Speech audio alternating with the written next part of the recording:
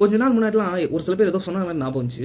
டெல்லி ஃபேனா இருந்திருக்கலாம் தோணுது. அவுட் ஆக மாட்டானுங்க. கடைசிக்கு ஆடிட்டே இருக்கானே டெஸ்ட் மேட்ச் மாதிரி. ரோஹித் சர்மா மூடிட்டு உட்கார்ந்தால அது மாதிரி இவனும் மூடிட்டு உட்கார்ந்து தோனி இந்த பிரிமன் வரக்கூடாது சொல்றதுக்கு ஒரு எக்ஸாம்பிள் இங்க தான் நடந்திருக்கு. தல தோனி கேப்டன்ஷிப் பண்றதால தல தோனி வீட்டுல வெளியில உட்காந்து கை தட்டலாம்.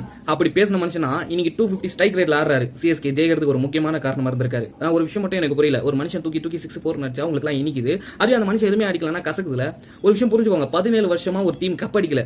அதுக்கு அவங்க ஃபேன் பேஸ் ஒன்னும் குறைஞ்சு போல. அந்த ஃபேன் பேஸ் இன்னும் அதிகமாயிட்டே தான் இருக்கு. Win R loss for ever RCB.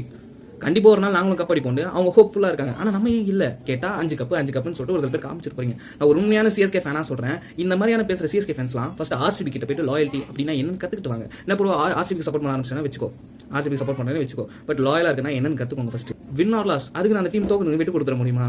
ஒரு இப்பெல்லாம் பேசாத அத்தமே தோத்துறாங்க, அசிங்கமா போயிடும். தோக்கட்டும், தோக்குதோ ஜெயிக்குதோ ஃபார் எவர் சிஎஸ்கே அப்படின்னு நான் இருக்கேன். இந்த சீசன்லாம் நெக்ஸ்ட் சீசன் அப்படி நெக்ஸ்ட் சீசன்லயா வரப்போற எல்லா சீசன்லயும் சிஎஸ்கே சப்போர்ட்டா நான் எப்பவுமே இருப்பேன். உங்களுடைய கருத்துங்க கமெண்ட்ல சொல்லுங்க.